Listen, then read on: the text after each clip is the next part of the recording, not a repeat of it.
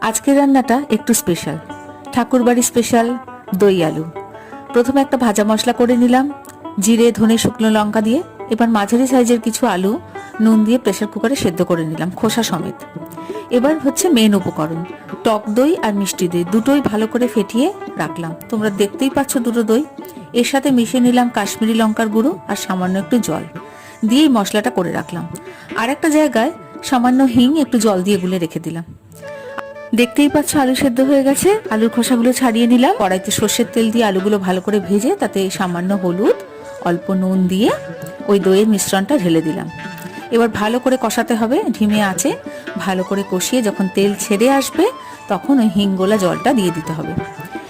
এরপর ছড়িয়ে দেবো ওই আগে থেকে করে রাখা ভাজা মশলাটা। আলাদা করে মিষ্টি দেওয়ার কোনো দরকার নেই, যেহেতু মিষ্টি দই দেওয়া হয়েছে। ব্যাস একদম রেডি ঠাকুরবাড়ির স্পেশাল দই আলু। কেমন লাগলো জানিও।